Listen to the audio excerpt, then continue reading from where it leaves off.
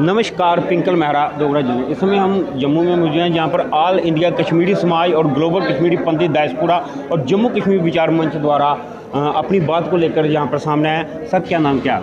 मेरा नाम डॉक्टर रमेश रैना है। मैं प्रेसिडेंट ऑल इंडिया कश्मीरी समाज हूँ। सर, क्या कारण है अपना जो आज आपको बाहर आना? देखिए, हमें बाहर नहीं आना पड़ा। हमें इसलिए आना पड़ा क्योंकि अभी इलेक्शंस हो रहे हैं और इलेक्शंस के चलते हुए हम ये चाहते हैं कि जो पॉलिटिकल पार्टीज़ है अपना स्टैंड स्पष्ट करे कश्मीरी पंडितों के बारे में।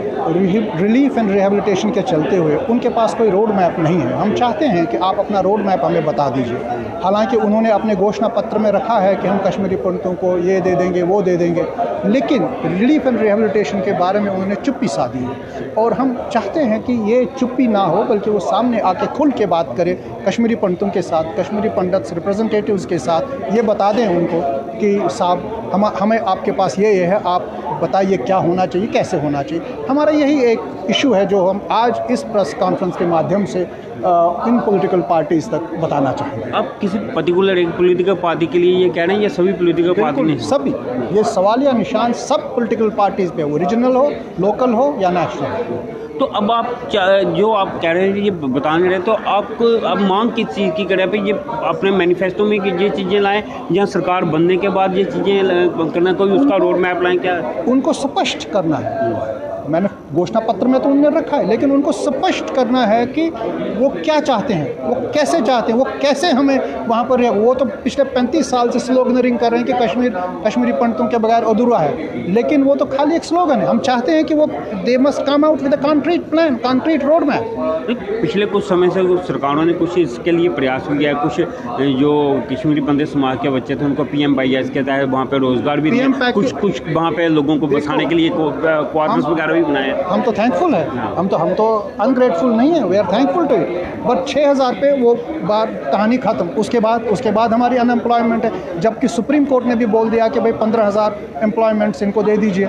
तो वो 15,000 कहाँ है, वो क्यों नहीं हो रहा है? सुप्रीम कोर्ट ने ये भी दे दिया कि भाई ट्रूथ एंड रिकन्सिलिएशन कमीशन कर दिया, वो भी नहीं हुआ। तो ये सब चीज़ें स्पष्ट होनी चाहिए ना। इसी आपको नहीं लगता जैसे आप कह रहे हैं कि एम्प्लॉयमेंट देनी चाहिए, हालांकि PMYS के तहत भी पहले भी जॉब्स दी हैं और अब आप 15,000 जॉब की बात करें, आप सिर्फ अपने समाज की बात करें, अगर वो 15,000 जॉब आपके समाज को दे दी जाती है, तो जो जम्मू कश्मीर के बाकी जाति हैं या बाकी जो रिलीजन्स हैं उनके जो बच्चे हैं, तो उन पे इफेक्ट होएगा उन जॉब्स का? देखिए, ऐसा है, आप वो सवाल पूछ रहे हैं जिसका स्कोप यहाँ पर नहीं है। हम डिस्प्लेसमेंट है और डिस्प्लेस हुए हैं on faith, on the basis of faith. ये नहीं कि हम वहाँ पर लोग कहते हैं जी हम भी मर गए, लेकिन वो क्यों मर गए? वो मर गए या तो वो इन्फॉर्मर उनको लेबल कर दिया, या तो उनको बता दिया कि ये भारत के एजेंट है।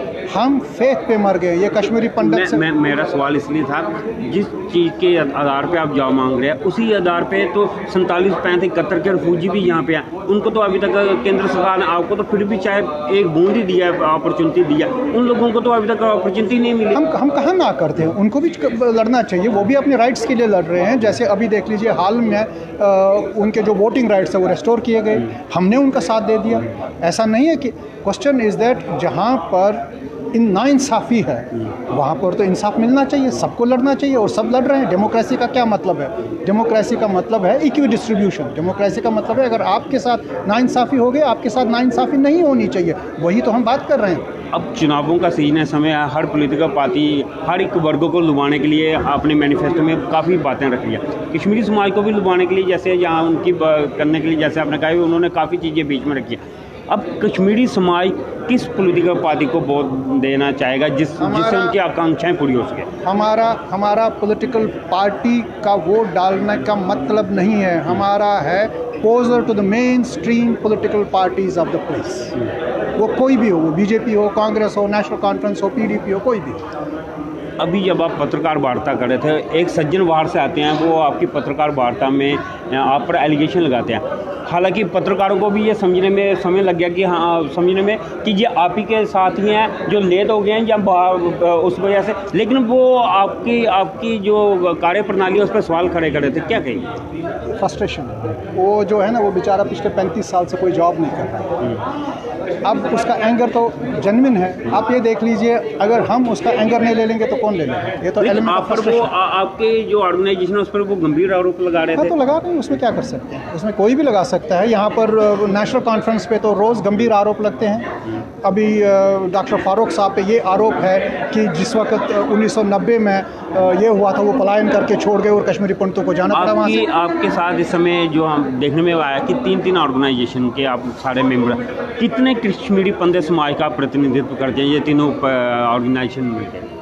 प्रतिनिधि का जो मतलब है representative character, you will never have 100% representative character, but ये है कि we represent majority of the people. Majority of the people. तो ये थे, इन्होंने अपनी पूरी बात रखी। अब आप सबने इनकी पूरी बात सुनी।